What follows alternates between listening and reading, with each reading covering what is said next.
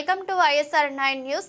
ఎన్టీఆర్ జిల్లా ముప్పాళ్ల చంద్రలపాడు మండలంలో సోమవారం రాత్రి ఆంజనేయ స్వామి గుడి ఎదురుగా వెల్డింగ్ షాప్ వద్ద జరిగిన ప్రమాదంలో మరణించిన వల్లపుదాసు సంధ్య కుటుంబానికి న్యాయం చేయండి అంటూ ధర్నా.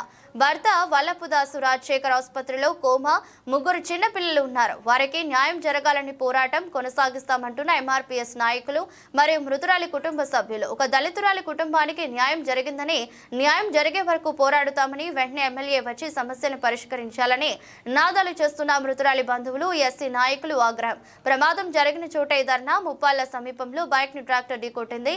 చంద్రలపాడు మండలం విపరీతలపాడు నుంచి మిర్చి లోడుతో నందిగామ వస్తున్న స్వరాజ్ ట్రాక్టర్ బైక్ ని ఢీకొట్టింది. సంఘటనలో బైక్ పై ఉన్న సంధ్య, రాజశేఖర్ దంపతులు తీవ్ర గాయాలతో నందిగామ ప్రభుత్వ ఆసుపత్రికి చికిత్స అనంతరం ప్రాణాపాయ స్థితిలో ఉన్నందున మెరుగైన వైద్య కోసం విజయవాడ ప్రభుత్వ ఆసుపత్రికి తరలించారు. ఈ ఘటనపై పోలీస్ కేసు కూడా నమోదయ్యింది. ఫిబ్రవరి 24వ తారీఖు సోమవారం రాత్రి జరిగిన ఈ సంఘటన అనంతరం 25వ తారీఖు మంగళవారం సాయంత్రం 4 గంటల సమయంలో ఆసుపత్రిలో సంధ్య మరణించింది.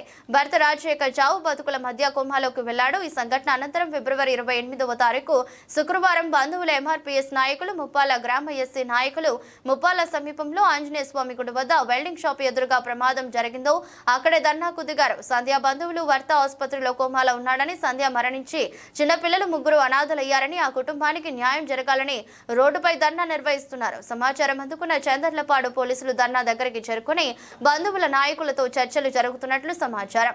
ISR9 న్యూస్ ప్రతినిధి కొంచెపు లక్ష్మణ్ రావు నందిగామ నియోజకవర్గం ఇన్ఛార్జి ఈ సమాచారాన్ని అందించారు. ఎన్టీఆర్ జిల్లా నందిగామ నియోజకవర్గం చంద్రలపాడు మండలం ముప్పాళ్ల గ్రామం. నా పేరు కోట దానియేలు మాదిగా, మహాజన సోషలిస్ట్ పార్టీ రాష్ట్ర నాయకుడు. పాత్రికేయ మిత్రులకు ఈ సమాచారం అన్ని వర్గాలకు అందించడానికి వచ్చినందుకు ప్రత్యేకంగా ధన్యవాదాలు. 25వ తారీఖున జరిగినటువంటి అత్యంత దారుణమైనటువంటి సంఘటన. ఎందుకంటే డ్రైవర్కి లైసెన్స్ లేదు, ట్రాక్టర్కి కాగితాలు లేవు. అలాంటి ట్రాక్టర్ని అధిక లోడుతో వస్తూ అకారణంగా అతను తాగి డ్రైవ్ చేసి అకారణంగా ఒక కుటుంబాన్ని రోడ్డును పాలు చేశాడు. ఆ రోజు నుంచి తల్లి చనిపోయింది, తండ్రి హాస్పిటల్ పాలయ్యాడు. కోమా నుంచి ఇంకా తేరుకోవాల్సిన పరిస్థితి ఉంది. అలాంటి కుటుంబానికి న్యాయం చేయమని పదే అయ్యా న్యాయం చేయండి, మరి మీ దగ్గర ఎలాంటి కాగితాలు లేవు కాబట్టి కుటుంబాన్ని ఆదుకోమంటే ఒకళ్ళ మీద ఒకళ్ళు చెప్పుకుంటూ కుటుంబాన్ని మరి ఈ రోజున రోడ్డు మీదకి రావాల్సిన పరిస్థితి వచ్చింది. మేమంటున్నాం, మానవతా దృక్పథం, రాజకీయాల కంటే మానవత్వం ప్రదర్శించాల్సిన అవసరం ఎంతైనా ఉంది. రాజకీయాలు ఉండొచ్చు, కానీ రాజకీయాలు మానవత్వానికి ముడిపెట్టొద్దని విజ్ఞప్తి చేస్తున్నాం. మానవత్వంతో పరిష్కరించాల్సినటువంటి ఈ సందర్భాన్ని రాజకీయాలతో ముడిపెట్టి కుటుంబాన్ని వీధులు పాలు చేయొద్దు అనేది కూడా మేము విజ్ఞప్తి చేస్తున్నాం.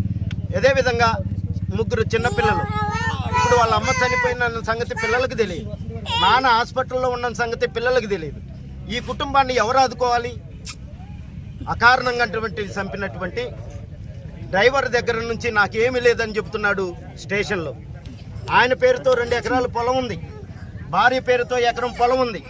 మరి ఏమీ లేదన్నటువంటి నువ్వే మరి ఈ పిల్లల్ని అకారణంగా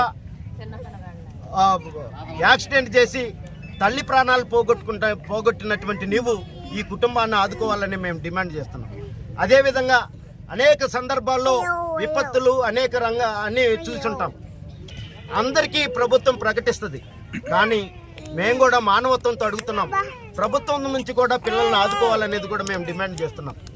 ఎందుకంటే ఎక్కడో కరెంటు తీగ తగిలితే చనిపోతే ఒక్కొక్కరికి 10 లక్షలు ఎక్స్గ్రేషియా ప్రకటించిన మీరు మానవ కోణంలో ఆలోచించి ప్రభుత్వం నుంచి, అదేవిధంగా యాక్సిడెంట్ చేసినటువంటి బాధ్యత దగ్గర నుంచి ఈ పిల్లల్ని ఆదుకోకపోతే సమాజంలో ఈ పిల్లలకి ఎవరు ఆదుకుంటారని ఈ సందర్భంగా గుర్తు చేస్తున్నాం.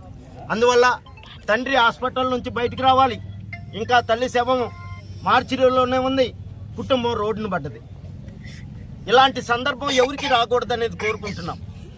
మానవీయ కోణంలో పరిష్కరించాల్సింది పోయి ఇంకా మీరు రోడ్లు ఎక్కుతారా అంటే, మేము రోడ్లు ఎక్కితేనే పరిష్కారం అయింది అనుకుంటేనే రోడ్లు ఎక్కుతాం. అంతే తప్ప రాత్రి వరకు మేము పోలీస్ స్టేషన్ చుట్టూ తిరిగాం, అయ్యా సహకరించండి అని తిరిగాం, పిల్లల్ని ఆదుకోమని తిరిగాం. 3 పిల్లలకి ఏదైనా సాయం చేసి బ్యాంకులో డిపాజిట్ చేయమని కూడా దండాలు పెట్టాం. కానీ ఏమాత్రం కనికరం లేనటువంటి వారికి, తల్లిని అనవసరంగా యాక్సిడెంట్ చేసినటువంటి వాడు ఇంకా ఆయన కనికరం ఉంటుంది అనేది కూడా మేము కోరుకోవట్లేదు. కనుక ఏదైనా న్యాయం జరిగేంత వరకు, పిల్లలకి న్యాయం జరిగేంత వరకు, ప్రభుత్వ పరంగా డ్రైవర్ పరంగా వచ్చి న్యాయం జరిగేంత వరకు రోడ్డు నుండి ఆవుగిందంత కూడా మేము కదలమనేది కూడా ఈ సందర్భంగా గుర్తు చేస్తున్నాం. ఆ పిల్లలకు న్యాయం జరిగేంత వరకు ఎలాంటి విపత్తులనైనా ఎదుర్కోవటానికి మేము సిద్ధంగా ఉన్నామని ఈ సందర్భంగా గుర్తు చేస్తున్నాం.